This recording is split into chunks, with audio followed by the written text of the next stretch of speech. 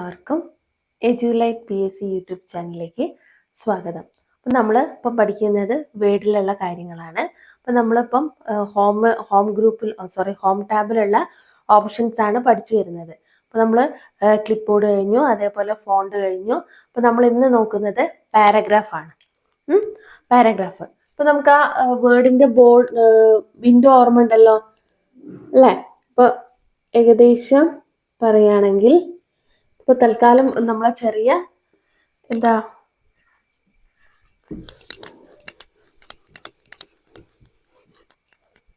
നമ്മൾ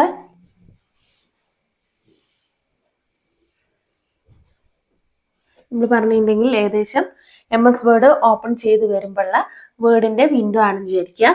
അപ്പം just imagine കേട്ടോ, ഒന്ന് ഇമാജിൻ ചെയ്തോളൂ. അപ്പൊ ഇതെന്താ ടൈറ്റിൽ ബാർ ആയിരിക്കും. അപ്പൊ ഇവിടെ ഓഫീസ് ബട്ടൺ ഉണ്ടാവും, അതേപോലെ ഇവിടെ തന്നെ ചേർന്ന് ക്വിക്ക് ആക്സസ് ടൂൾ ബാർ ഉണ്ടാവും. ഇവിടെ ആരുണ്ടാവും? ക്ലോസ് ബട്ടൺസുകളൊക്കെ ഉണ്ട് അല്ലെ? Close button, minimize button, maximize button ഒക്കെ ഉണ്ടാവും. പിന്നെ അതേപോലെ തന്നെ ഇവിടെ ഒരു ഹെൽപ്പ് ബട്ടൺ ഉണ്ടാവും. ഇതാണ് ടൈറ്റിൽ ബാർ. അപ്പൊ നമ്മൾ സേവ് ചെയ്ത ഡോക്യുമെന്റ് ആണെങ്കിൽ എന്തുണ്ടാവും? ഡോക്യുമെന്റിന്റെ സേവ് ചെയ്ത പേരുണ്ടാവും, അല്ലെങ്കിൽ ഡീഫോൾട്ട് ആയിട്ട് ഡോക്യുമെന്റ് എന്നുണ്ടാവും അല്ലെ? അപ്പൊ അതൊക്കെ പറഞ്ഞു. അങ്ങനെ നമ്മൾ റിബൺ മെനുവിലേക്ക് എത്തി അല്ലെ? അപ്പൊ താഴെ സ്റ്റാറ്റസ് ബാർ ഉണ്ടാവും. അണ്ടർസ്റ്റുഡ് ആണല്ലോ? അപ്പം ഇവിടെ എന്തുണ്ടാവും? റിബൺ മെനു ഉണ്ടാവും അല്ലെ? ആ റിബൺ മെനുവിൽ നമ്മൾ ആദ്യം ആരെ പറഞ്ഞു? ഫോണ്ട് ഗ്രൂപ്പുകളൊക്കെ എടുത്ത് പറഞ്ഞു അല്ലെ? അപ്പൊ അതിലുള്ള ഹോം എന്ന് പറഞ്ഞുള്ള ടാബിലുള്ള ഫസ്റ്റ് ക്ലിപ്പ് പറഞ്ഞു, ക്ലിപ്പ് ബോർഡ് പറഞ്ഞു. അത് കഴിഞ്ഞതിന് ശേഷം ആരാണ്? പിന്നെ ഫോണ്ട് ഗ്രൂപ്പ് ആയിരുന്നു. അപ്പൊ ഇവിടെ ഇങ്ങനെ ഫോണ്ടിലുള്ള കുറെ ആൾക്കാരുണ്ട്. അപ്പൊ അത് മാത്രം നമ്മൾ എടുത്തിട്ട് കഴിഞ്ഞ ക്ലാസ്സിൽ പഠിച്ചു. ദെൻ അതിന്റെ തൊട്ടടുത്ത് ഇവിടെയായിട്ട് ഒരു ബോക്സ് ഇതേപോലെ കാണാം. അതിനെയാണ് നമ്മൾ എന്ത് പറയുന്നത്? പാരഗ്രാഫ് എന്ന് പറയുന്നത്. പാരഗ്രാഫ്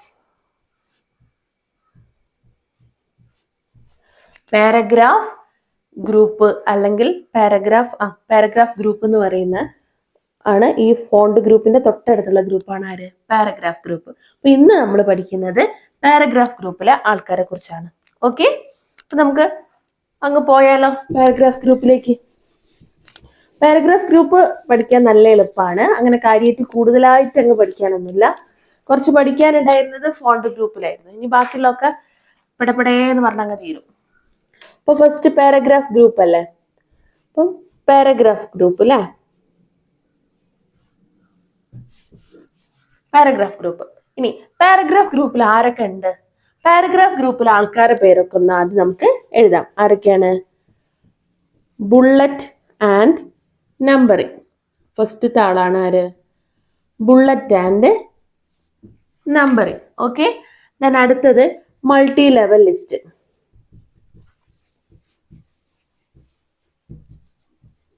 ആരാണ്? Multi level list. ദെൻ അടുത്തത് ഇൻഡന്റ്. അടുത്ത ആരാണ്? ഇൻഡന്റ്. ദെൻ ഇവിടെ ഞാൻ കോമട്ട് എഴുതാം. Text alignment. അടുത്ത ഉള്ള ആരാണ്? Text alignment. മുകളിലോട്ട് എഴുതാം അല്ലെ?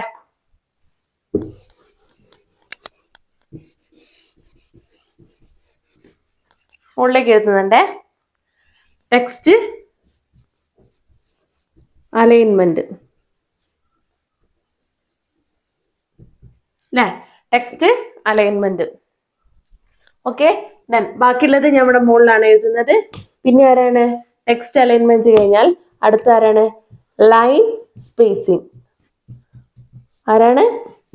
Line spacing. പിന്നെ ഷെയ്ഡിങ്. അടുത്ത ആളാരാണ്? ഷെയ്ഡിങ്. ദെൻ ബോർഡേഴ്സ് അല്ലെ? ബോർഡേഴ്സ്. പിന്നെ ആരുണ്ട്? ബോർഡേഴ്സ് കോമട്ടിട്ട് സോർട്ട്. പിന്നെ ആരാണ്? Borders, sort, then last paragraph mark. അതിന്റെ കൂടെ എഴുതാം ഇവിടെ പാരഗ്രാഫ് മാർക്ക്.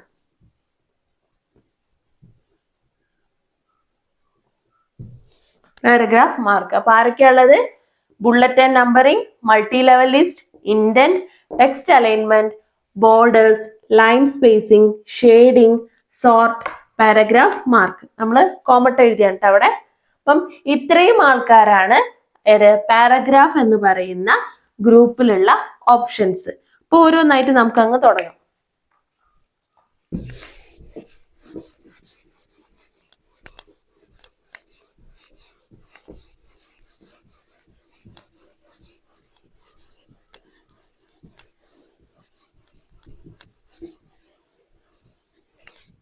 അപ്പം ഫസ്റ്റ് നമ്മൾ പറയുന്നത് ആരാണ്?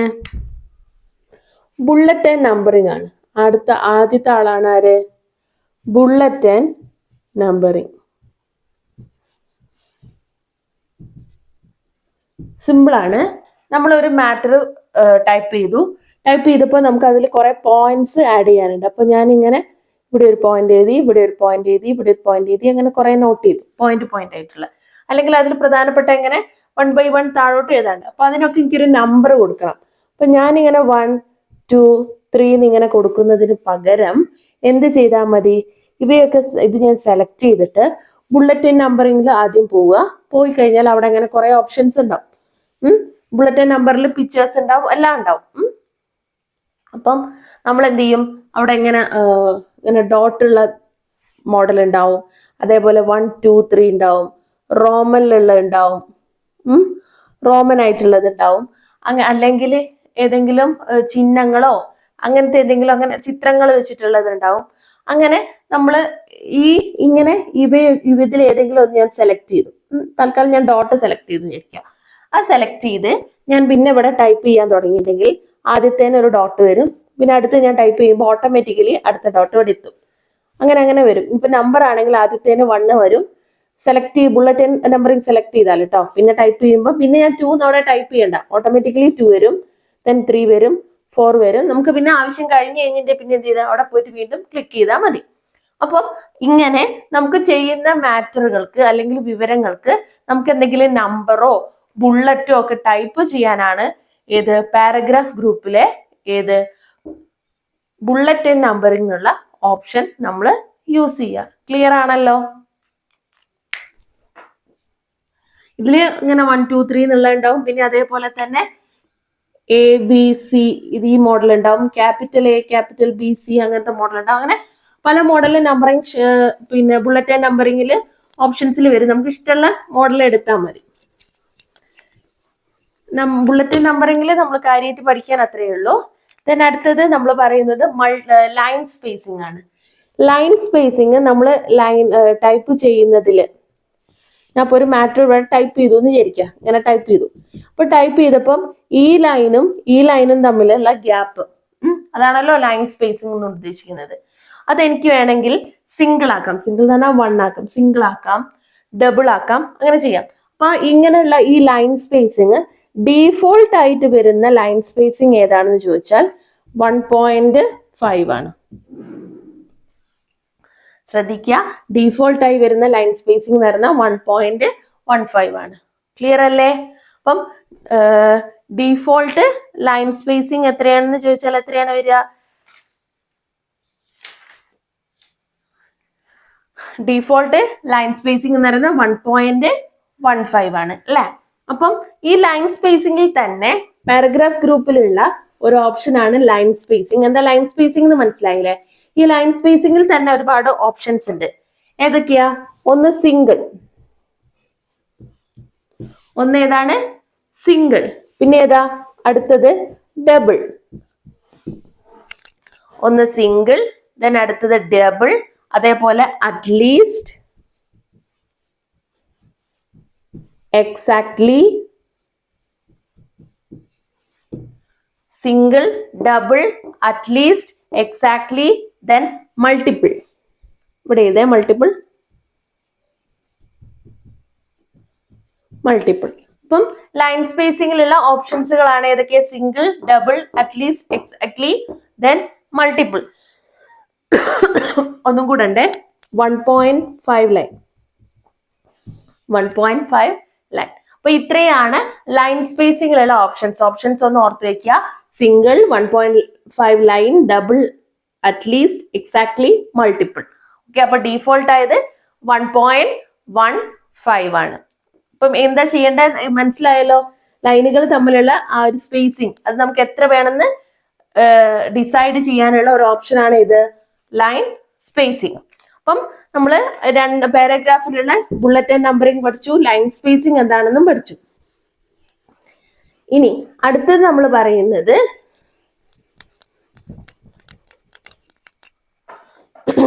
മൾട്ടി ലെവൽ ലിസ്റ്റ് ആണ്. Multi level list, multi level list simple ആണ്. Multi level list, multi level list എന്താണെന്ന് വെച്ചാൽ നമ്മൾ നേരത്തെ ടൈപ്പ് ചെയ്തു എന്ന് പറഞ്ഞല്ലോ. നമ്മൾ ടൈപ്പ് ചെയ്തപ്പോൾ നമ്മൾ പോയിന്റ്സുകൾക്ക് കൊടുക്കാൻ വേണ്ടിയിട്ട് ബുള്ളറ്റ് നമ്പറിങ് ചെയ്തു അല്ലെ. അപ്പം അതേപോലെ ഇപ്പൊ ഞാനൊരു മാറ്റർ ടൈപ്പ് ചെയ്യാണ്. അപ്പൊ ഞാൻ മാറ്റർ ചെയ്യുമ്പം അതിലേക്ക് സബ് മാറ്റേഴ്സ് ഉണ്ട്. ഇപ്പം ഉദാഹരണമായിട്ട് ഞാനിപ്പം കമ്പ്യൂട്ടറിനെ കുറിച്ച് പറയാൻ വിചാരിച്ചോളൂ. അപ്പൊ കമ്പ്യൂട്ടറിൽ തന്നെ ഞാൻ എന്ത് പറയുന്നു, മെമ്മറിനെ കുറിച്ചാണ് പറയുന്നത്. കമ്പ്യൂട്ടറിലെല്ലാം ഒരു ഭാഗമാണ് മെമ്മറി. അപ്പൊ ഞാൻ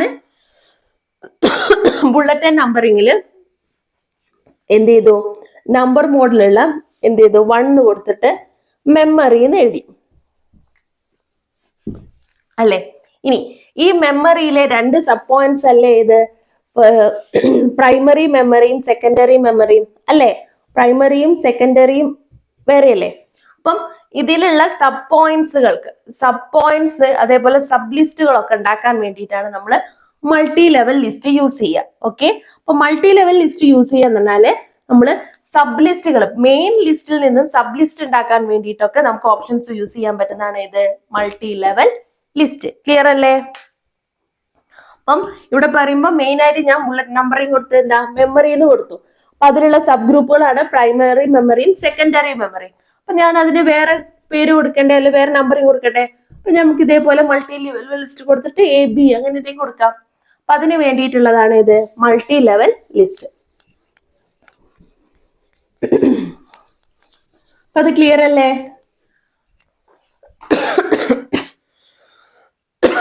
ഇനി അടുത്തതാണ് ആര്, ടെക്സ്റ്റ് അലൈൻമെന്റ്. ആരാണ്?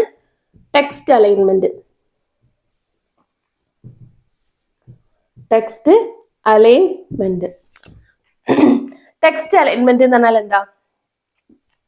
ടെക്സ്റ്റ് അലൈൻമെന്റ് എന്ന് പറഞ്ഞിട്ടുണ്ടെങ്കിൽ നമ്മൾ ഉദ്ദേശിക്കുന്ന പാരഗ്രാഫിന്റെ അലൈൻമെന്റ് ആണ് ഈ ടെക്സ്റ്റ് അലൈൻമെന്റിൽ വരിക. അതായത് നമുക്ക് അതിലുള്ള ഓപ്ഷൻസ് ആണ്. ടെക്സ്റ്റ് അലൈൻമെന്റിന് നമുക്ക് ആദ്യം നമ്മൾ ഡീഫോൾട്ട് ആയ അലൈൻമെന്റ് പഠിക്കണം. ഡീഫോൾട്ട് ആയ അലൈൻമെന്റ് എന്ന് പറയുന്നത് ഏതാണ്? ലെഫ്റ്റ് ആണ് കേട്ടോ. ഡീഫോൾട്ട് അലൈൻമെന്റ് എന്ന് പറയുന്നത് ലെഫ്റ്റ് ആണ്. ഓക്കെ, ദെൻ ഇനി ഈ ടെക്സ്റ്റ് അലൈൻമെന്റിൽ 2 എണ്ണം ഉണ്ട്. അതിൽ ടെക്സ്റ്റ് അലൈൻമെന്റിനെ നമുക്ക് എന്തായി തിരിക്കാം? രണ്ടായിട്ട്. ടെക്സ്റ്റ് അലൈൻമെന്റിനെ നമുക്ക് എന്താവും? രണ്ടായിട്ട് 2 കാറ്റഗറീസ് ഉണ്ട്. ടെക്സ്റ്റ് അലൈൻമെന്റിന്റെ 2 കാറ്റഗറീസ് ആണ് ആര്? ഹൊറിസോണ്ടൽ അലൈൻമെന്റും പിന്നെ ആരാ? വെർട്ടിക്കൽ അലൈൻമെന്റും. ഹൊറിസോണ്ടൽ അലൈൻമെന്റും വെർട്ടിക്കൽ അലൈൻമെന്റുമാണ് അലൈൻമെന്റിന്റെ 2 കാറ്റഗറീസ്. ഹൊറിസോണ്ടൽ അലൈൻമെന്റും വെർട്ടിക്കൽ അലൈൻമെന്റും. ദെൻ ഈ ഹൊറിസോണ്ടൽ അലൈൻമെന്റ്സിനെ നമ്മൾ 4 ആയിട്ട് വീണ്ടും തിരിക്കും. ഹൊറിസോണ്ടൽ അലൈൻമെന്റിനെ നമ്മൾ വീണ്ടും എന്ത് ചെയ്യും? 4 ആയിട്ട് തിരിക്കും. ഹൊറിസോണ്ടൽ അലൈൻമെന്റിനെ നമ്മൾ 4 ആയി തിരിക്കും. ദേ ആർ 4 ആയിട്ട് ഞാൻ പറഞ്ഞു ഹൊറിസോണ്ടൽ അലൈൻമെന്റിന് തിരിക്കും. ഏതൊക്കെയാണ്? Alignment left, alignment right, alignment left, alignment right. Then അടുത്ത എന്താ? Centered, justified. ഓക്കെ, ഏതൊക്കെയാണ്? Left alignment, right alignment, centered, justified. അങ്ങനെ 4 ആയിട്ട് ഹൊറിസോണ്ടൽ അലൈൻമെന്റിനെ തിരിക്കും. ലെഫ്റ്റ് അലൈൻമെന്റ് ലെഫ്റ്റ് ഭാഗത്തേക്ക് ആക്കിയിട്ട്, റൈറ്റ് അലൈൻമെന്റ് റൈറ്റ് ഭാഗത്തേക്ക്, സെന്റേർഡ് എന്ന് പറഞ്ഞാൽ സെന്ററിലായിട്ട് മാറ്റർ, ജസ്റ്റിഫൈഡ്. അണ്ടർസ്റ്റുഡ് ആണല്ലോ? അപ്പം ഇങ്ങനെ അലൈൻമെന്റ് ആക്കുന്നതിനെയാണ് നമ്മൾ എന്ത് പറയാ? ഹൊറിസോണ്ടൽ അലൈൻമെന്റിന്റെ 4 ഓപ്ഷൻസ് അല്ലെ 4 രീതികൾ ഏതൊക്കെയാണെന്നുള്ളത് പറയാ. ഡീഫോൾട്ട് ആയ അലൈൻമെന്റ് ലെഫ്റ്റ് അലൈൻമെന്റ് ആണ്, ഓർത്ത് വെക്കുക. അപ്പൊ നമ്മള് പിന്നെ ഉള്ളത് ഏതാണ്? ബോർഡേഴ്സ്. ബോർഡേഴ്സ് കൊടുക്കാന്ന് പറഞ്ഞാൽ തന്നിട്ടുള്ള മാറ്ററിന് നമുക്ക് ബോർഡർ കൊടുക്കാനുള്ള ഓരോ ഓപ്ഷൻ ആണ് ഇത് ബോർഡേഴ്സ്. അപ്പൊ അത് പാരഗ്രാഫിൽ പോയിട്ട് ബോർഡേഴ്സ് എടുക്കുക. അവിടെ ബാക്ക്ഗ്രൗണ്ട് ബോർഡേഴ്സ് ഒക്കെ ഉണ്ട്. അപ്പൊ നമുക്ക് അത് വേണ്ടത് സെലക്ട് ചെയ്യാം. അപ്പൊ ഇത്രയും കാര്യങ്ങളാണ് നമ്മളെ പാരഗ്രാഫ് എന്ന് പറയുന്ന ഹോം ടാബിലെ ഓപ്ഷനിലുള്ളത്. ഓക്കെ, അപ്പം ഇത് ഏതൊക്കെയാണ് ഹോം ടാബിലുള്ള പാരഗ്രാഫ് ഗ്രൂപ്പിലുള്ള ഓപ്ഷൻസ് എന്നുള്ളതും എവിടെയാണ് ഓരോന്നെന്നുള്ളതൊന്നും ഓർത്ത് വെക്കുക. അതാണ് ഈ ഒരു ഭാഗത്ത് ഏറ്റവും പ്രധാനം. അപ്പൊ നമ്മളിപ്പം ഫോണ്ട് കഴിഞ്ഞു, അതേപോലെ പാരഗ്രാഫ് കഴിഞ്ഞു. ഇനി അടുത്ത ഗ്രൂപ്പിനെ കുറിച്ച് നമുക്ക് അടുത്ത ക്ലാസ്സിൽ പഠിക്കാം. Okay, thank you.